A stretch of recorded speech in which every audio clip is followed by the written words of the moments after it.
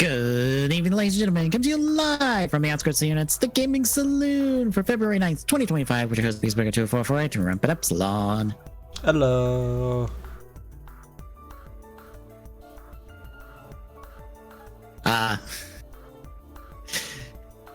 It's unfortunately just a bad news week all around. I mean, that's par for the course. I at least try to end things hopefully in terms of news. As much as that can be.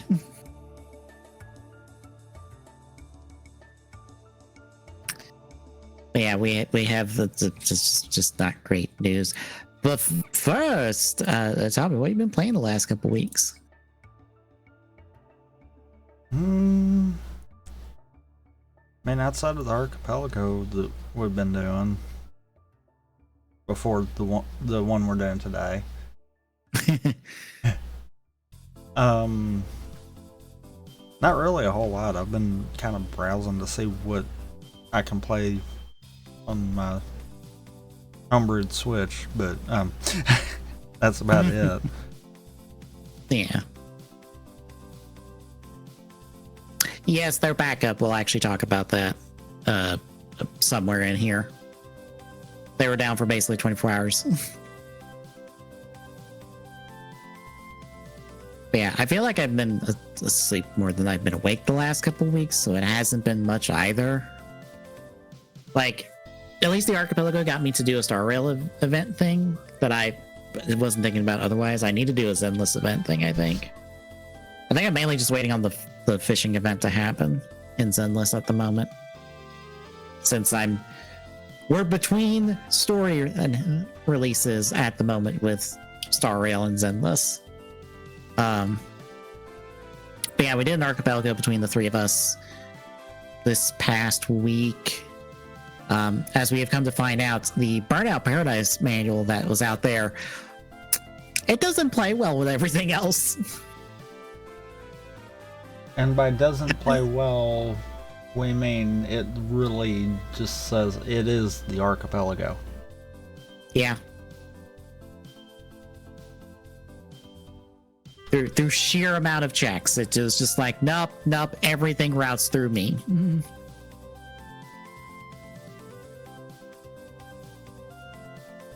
So that was fun. I at least got the Drive Chemi printed. I got 2 more I need to print. Let's see how they turn out. They should turn out fine. I just have to make. I'll probably go into their files and make adjustments on like pegs and holes and stuff to make sure that everything fits. Because I've been having that issue of making pegs and holes fit together.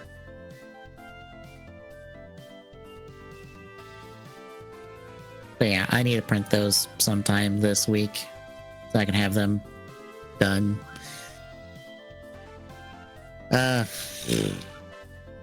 Yeah, it has not been much else. So yeah, shall we get to articles for the week?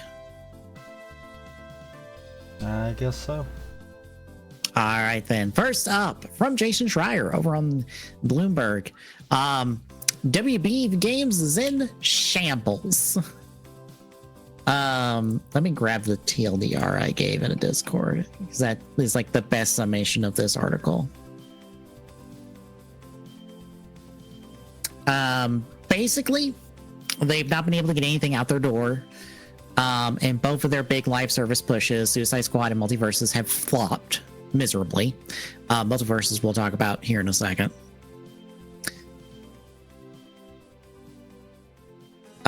Wonder Woman, if you remember, was announced a few years back, and it was going to be done by the Lord of the Rings devs.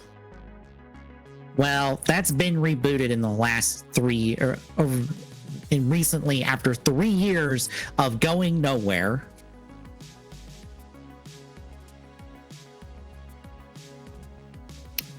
Yes, Shadow of War, Mordor and War devs. I believe it's Avalanche. They're not Avalanche, Monolith. Monolith Productions is the studio.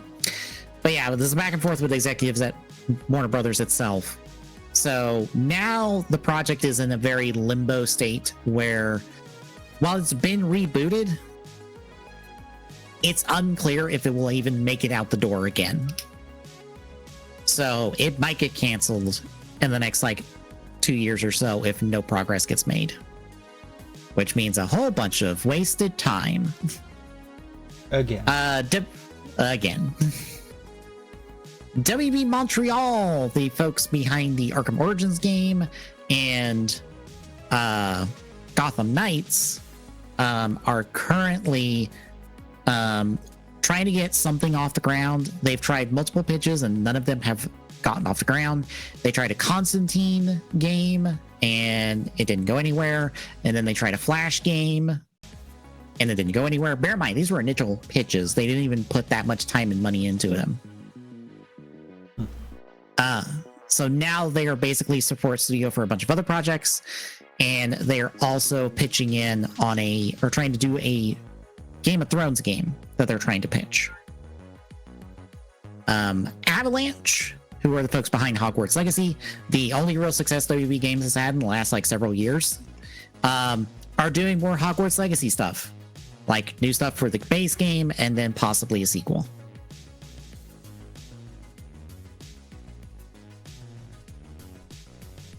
Rocksteady, who are of course the Batman Arkham trilogy along with Suicide Squad, are just trying to get a new Batman single player game off the ground.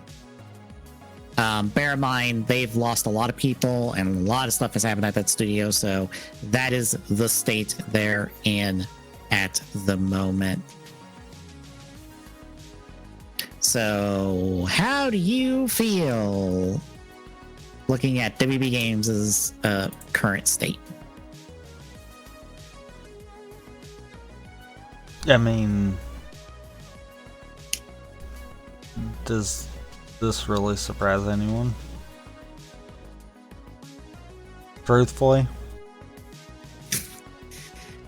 Not really, considering Gotham Knights was almost a live service game, but then they backed off because Suicide Squad did so bad. They went, oh fuck, we can't do 2 of these Gotham Knights. You have to not be a live service game.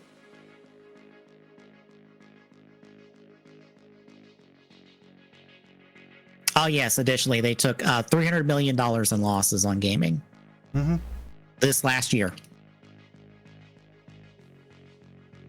300 million. Bear in mind, Hogwarts Legacy made money for them. And that was this last year. And it was not enough.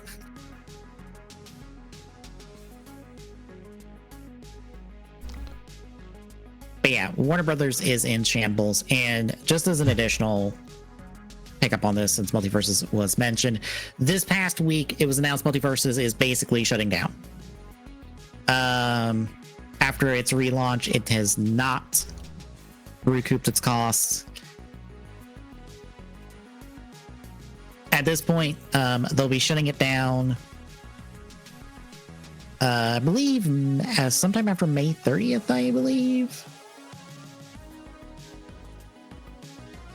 Because this last season 5 with Aquaman and Little Bunny will be the last season they produce. I will say this much though, and I don't know what it'll entail for everything, but this kind of explains why I saw an article about, you know, WB being fine with selling back Rooster Teeth. Yeah, because Bernie basically bought what was left of Rooster Teeth. Now, yeah, what all that 30th. entails, who knows, but that kind of makes a lot more sense on that then.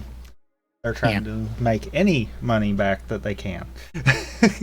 Yeah, May 30th will be the last day. It will still be playable offline, but you will not be able to download any new content past that. So make sure to update it before May 30th, otherwise you get no more updates. But yeah, I saw that and I'm like, well, I guess that's all their original stuff that was not initially sold off or taken elsewhere. So not Death Battle, not Ruby. I don't know about Red versus Blue at this point because I've heard nothing about that or where that went. That might have reverted back, and the only reason I say that is because they had technically kind of wrapped it up. Yeah. So there wasn't a reason to keep it going. Mm-hmm. So that might have reverted back. Yeah, I know on their press release and stuff, they said they were going to get back, like, scale Rooster Teeth back down, work on some original content, some of the stuff Rooster Teeth was doing, and, like, Bernie's has his own movie that they're producing with his production studio. So, but yeah, Warner Brothers is in shambles. Well, Warner Brothers game is in shambles, much like its parent company, Warner Brothers itself. Yeah. Also, not a drop of mention of Mortal Kombat in all of this, and I know Mortal Kombat 1 has not done well. So pile on that on top of everything else. Because reminder, folks, Warner Brother technically owns Mortal Kombat. So NetherRealm is their internal studio. So the real question here is how long before Disney buys WB? So that's a fantastic question. Because why do I have a feeling that's the next logical step? Hmm. But yeah, any other thoughts? No. All right, then. Kind of a umbrella article here because the PSX demake of Bloodborne, along with I think Bloodborne card, and then the 60 FPS version of Bloodborne, have all been taken down by Sony in the last week. No word on why, no comments, no nothing. Just a very quiet DMCA taken down on across the board on all Bloodborne content, and no word. Some people are thinking that this might mean, hey, proper Bloodborne port this time. I go, Sony has basically left that in the hands of FromSoft, and FromSoft have to be the ones to initiate that. Well, the lead for FromSoft have to be the ones to initiate it, last I read. So unless he's not busy and wants to do Bloodborne, then this is nothing, and it's just a company getting the snake up their butt. I feel like there's a reason for it, though. Because looking at when Nintendo does stuff like this, it's usually not long before we hear about something. Mm-hmm. There are countless different ROM hacks and stuff like that that are still in existence, but the second that Nintendo's going to do something with the base game of it, that's when all of them gets DMCA'd. Mm-hmm. I feel like this is probably that same mentality. I feel like there's something Bloodborne related, might not necessarily be a remake, but there's something.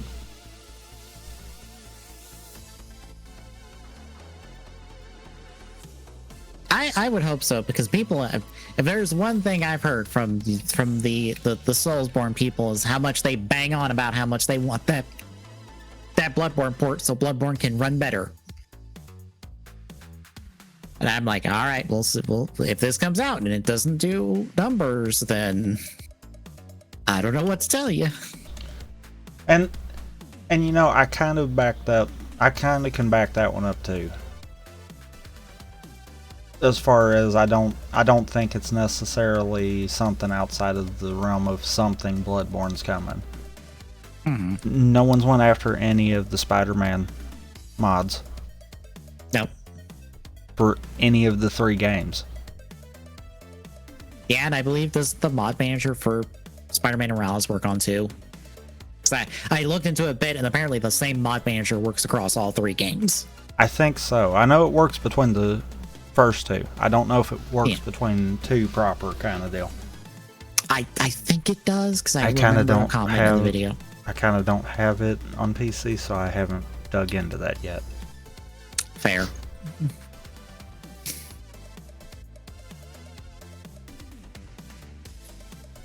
But yeah, we will see. I believe the rumblings is that a state of play is this month. Granted, I've seen rumblings about a Nintendo Direct this month that is not. a Switch 2 Direct. It is a Switch 1 Direct, and I'm like, bullshit. The only Direct. It would make sense. I just saw an article a little bit ago that Nintendo has pretty much said they're still going to be supporting the Switch 1 into the Switch 2. Which, to me, what that sounds like is the 3DS and new 3DS setup. Yeah, I know that, and I know there's the historical precedent that like Nintendo has never skipped February for a Direct. They've always had something for February, but I'm like, they've also usually had a year-end one too, and we didn't get that. So yeah, and they've already said, "Hey, Switch 2 Direct in April, 2 months in advance." Do you know how rare that is? Almost 3. To have. And I think that's why everyone's like, "Yeah, they're gonna do one." You know how rare it is for us to have more than a 24 hours notice on a Direct of any kind? Like, put it this way. I'm under the assumption that we're probably not going to get a Direct. We're just going to get the Pokemon Presents for Pokemon Day. Which, by the way, is not announced at all. We just all know that there's going to be a presentation on Pokemon Presents. Well, you know what would really screw everyone up? If that's a Direct. If they don't do a Pokemon Presents, they do a Nintendo Direct with it instead. That would be very weird because, like, granted, every Pokemon Presents is formatted the exact same way, where the first like 10 to 15 minutes of it is all the mobile game side content nonsense. Like, maybe there's a cool thing in there, but it's mostly just filler. And then the last 5 minutes are the thing you care about because that's the mainline actual game stuff. And I don't think that's going to change.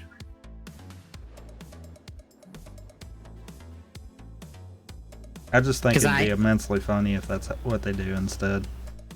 Yeah, they're like, "Oh yeah, you all were expecting this." Yeah, no, that's a Direct. Because I assume for the Pokemon Presents, they're going to be like, "Here's your first look at A to Z," and it will be running. And then it'll be like, "Hey, tune into the Nintendo Direct for more."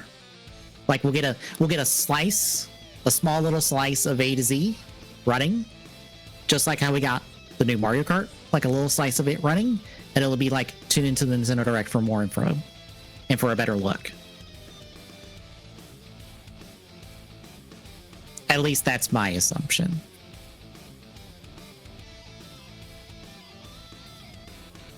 But maybe, but they don't have to now.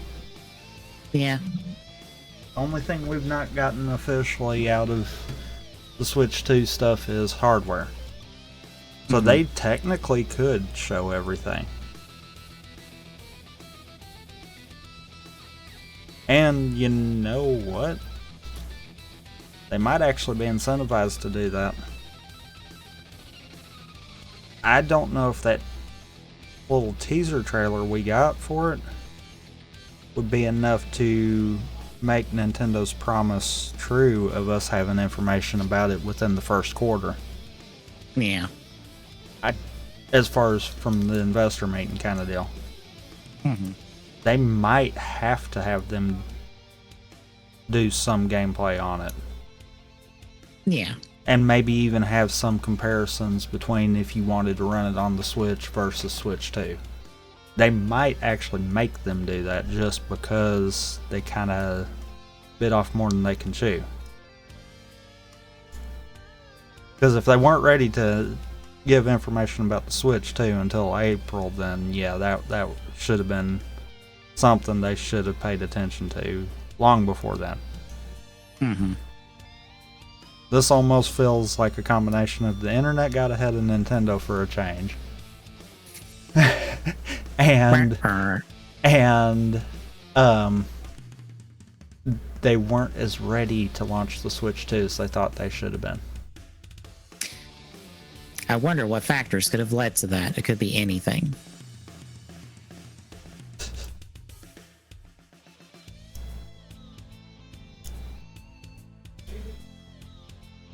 It's one of those I'm like,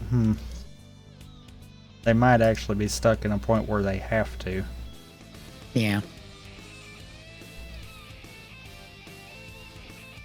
But yeah, I think I also saw like one of the leakers is just like, hey, I swear by this, even though no one else has information and no one else is saying otherwise. I swear we will get a direct this month. Like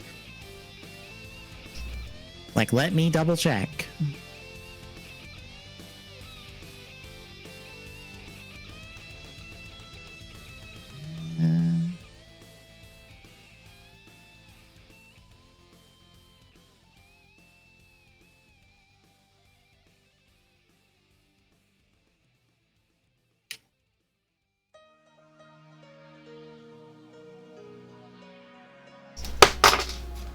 Yeah, one person says no, one person says yes. The person that says no says we're still getting Planet Roboto on Switch. So that might end up... Doubt it. I think that they're going to wait for Switch 2 on that one. I think we're so far that you're probably not going to see too many big titles, at least. Yeah. And I don't say it as we won't see those titles on the Switch. We won't see those solely on the Switch. Yeah, they'll be cross-gen. Yeah. Everything, in light of the Switch running as long as it did, I'm willing to bet everything at least first 2 years of Switch 2 probably could still run on the base Switch. It might push every bit of its limits and it might have performance issues, but I'd say anything the first 2 years could run on it. Which, since the Switch 2 should be backwards compatible, it'll be fine. I mean, it's backwards compatible asterisk.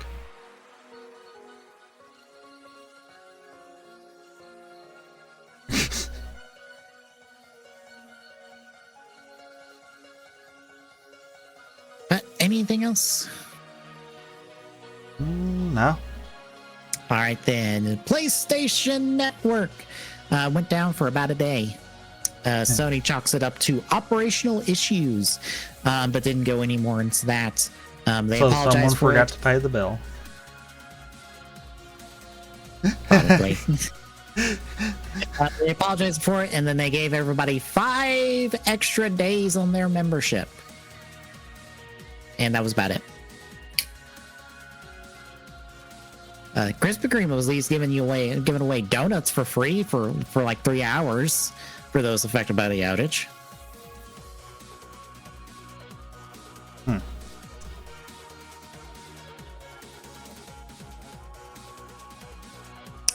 No other specifics than that. Any thoughts?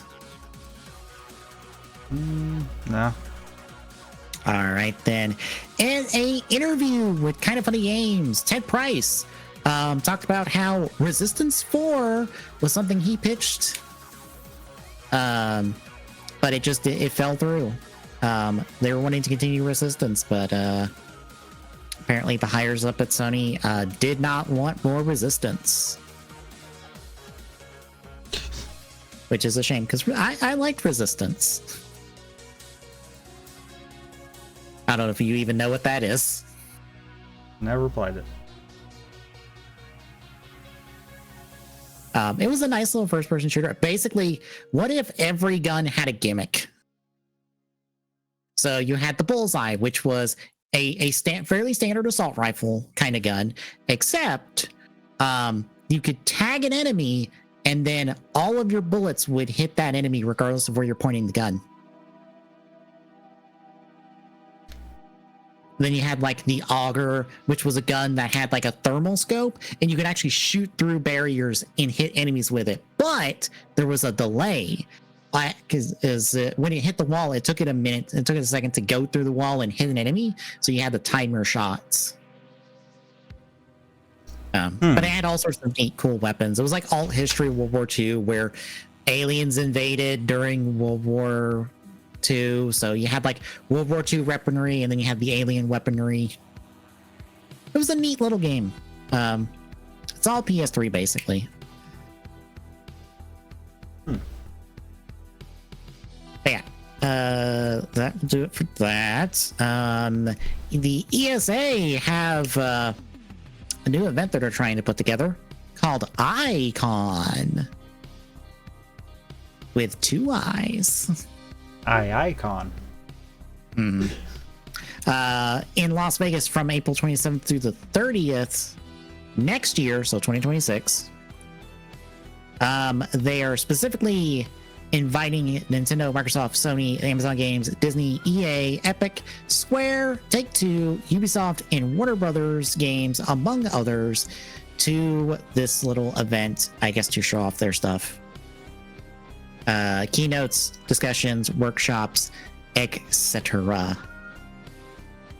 So this is them trying to, I guess, relaunch E3 with a new name.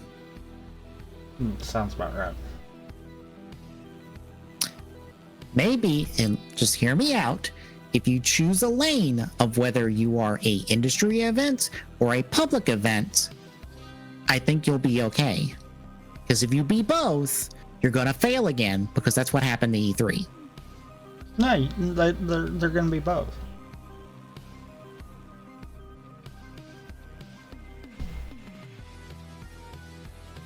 Because you can't make money unless you be both.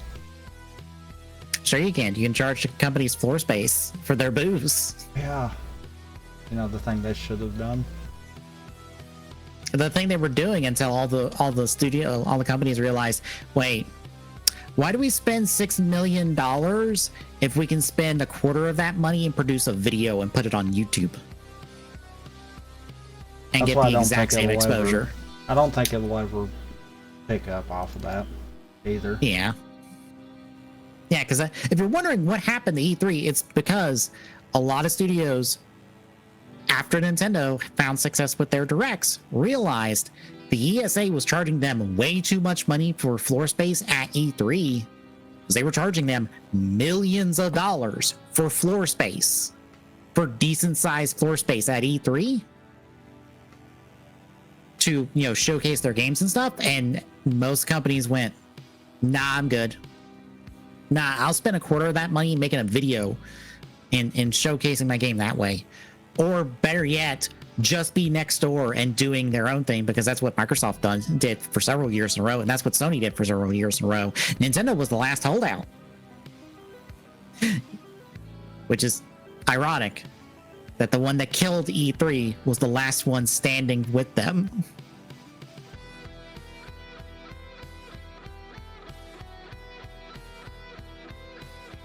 But yeah, that's what happened to E3, basically. So I saw some people being like, oh, I miss E3. And I'm like, you miss E3 from a decade ago. You do not miss current E3 from the last few years. No, you don't. You did not miss what E3 became. You missed what E3 was initially.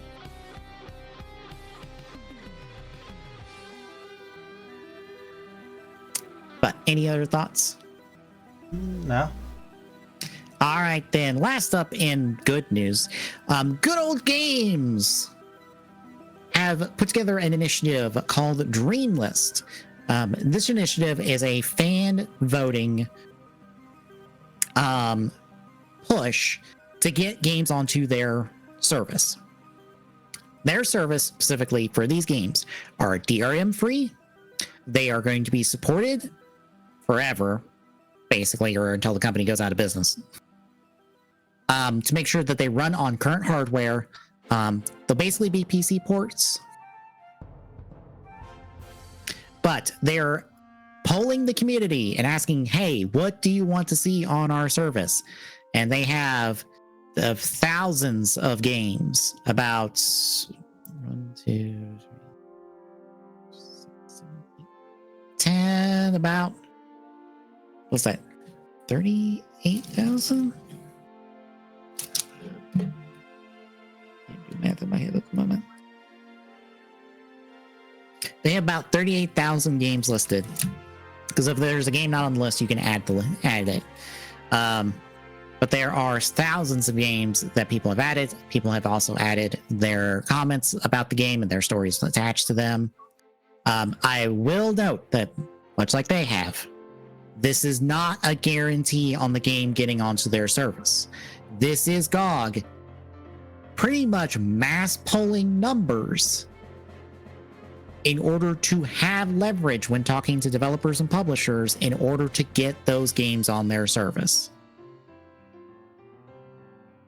This came with the announcement that they have got Dino Crisis 1 and 2 on their service now, so you can play Dino Crisis 1 and 2 on PC. I believe also when you pick up a game from GOG, they just give you the executable. They just give you the game. There is no launcher, there is no service or anything like that. You basically just download the game and you're done. That you do nothing else. So, how do you feel? It's good, but at the same time, I also know that it can't be perfect ever. Yeah. I will encourage anyone wondering how do these ports kind of work. Reykjavik, I'll get a link to the video actually and put it in the notes. Reykjavik did a video on Alpha Protocol that GOG brought over.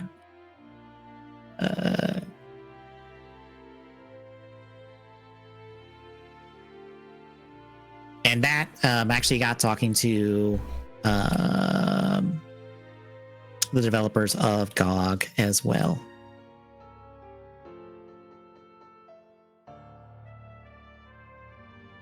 Let me see if I can find it.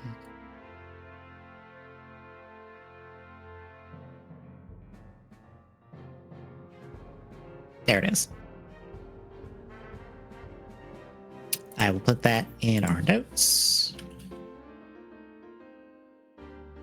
And I will put it in the chat. But yeah, Bracevik's one of the folks I follow on YouTube. He did a video, like I said, on Alpha Protocol in relation to GOG and GOG putting it on their service. And so there's talk with GOG devs as well about their work and what they do. It's a very interesting top 10 we have at the moment.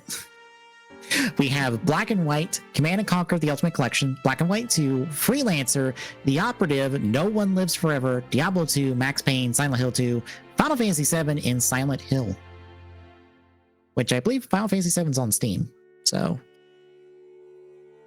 probably not the biggest priority, but I guess because of everyone with Remake and Rebirth, 7 is on people's minds.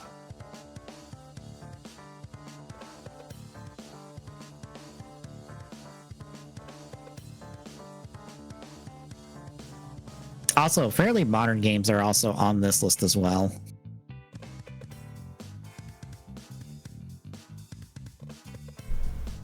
Just because GTA 6 is not even out yet, and it's on the list, and people have voted for it. It's only 516, but still.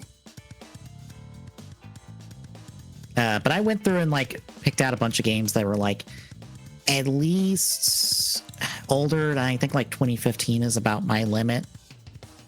So I was trying to find stuff that I'm okay, this probably is on a Steam or an Epic Game storefront. It is out there on a modern platform. We're looking for something that's not easily available and maybe not purchasable at the moment. I also personally added in one of the Transformers War of games because people banged on about that in Transformers fandom circles forever, and I'm here. You people want the fucking games? Go vote. Literally put your money where your mouth is and go vote for this and get this up there. Literally, the Digimon community skyrocketed Digimon World to 20,000 votes in a week. The Digimon community showed the fuck up to be we want our Digimon games on modern platforms, god damn it.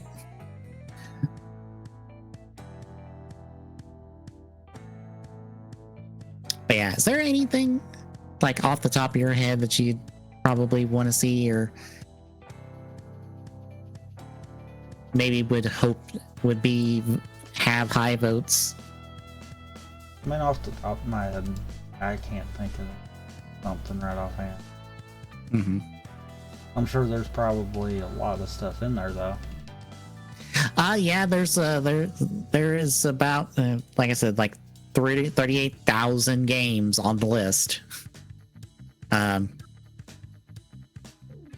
actually curious, what's the bottom 10? Jet They Go Pocket, ZP2KX, Zombies and Pterodactyls 20XX, Magical Truck Adventure, Astro Counter of Crescents, Crazy Steam Bros 2, Jimmy White's 2 Cue Ball, Dancing Stage Fusion, Anonymous Notes Chapter 3 from the Abyss, and Maestro. I believe is the bottom of the list. Oh no, I had it changed, so it's not quite, but they all had one vote, so.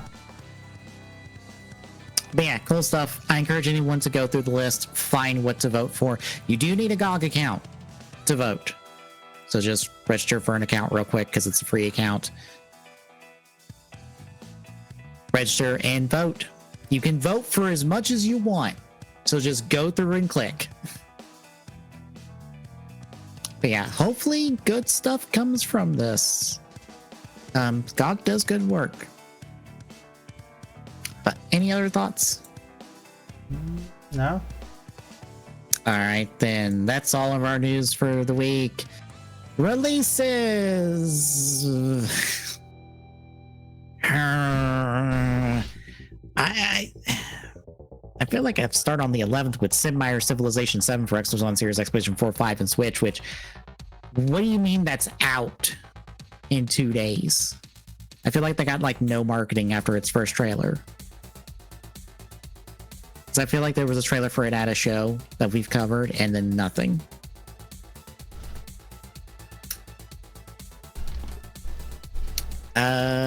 We're gonna skip to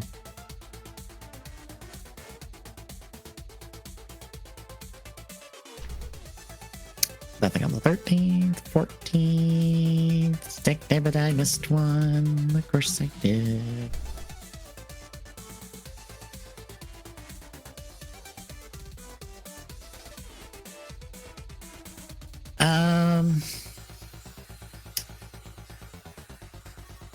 Doggy Up for Xbox One, Series X, and Switch.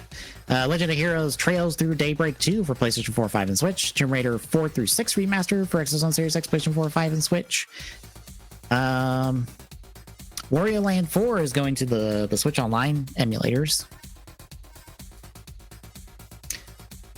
Avowed comes out the 18th for Series X. That's Microsoft's next big release that I also swear is like barely talked about.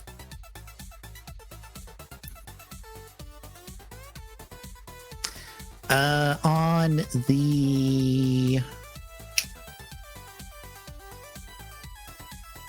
Yeah, there's nothing on the 20th either.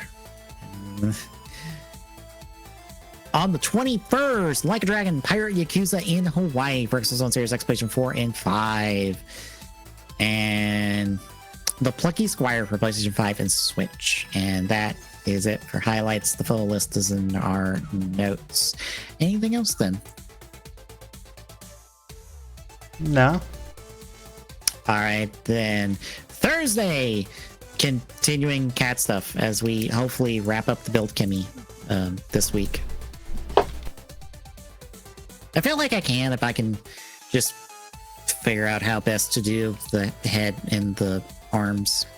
Those are going to be the tricky parts. But doing that Thursday. Friday's probably Ridercraft. Probably chip away at that some unless more. I do something else, yes.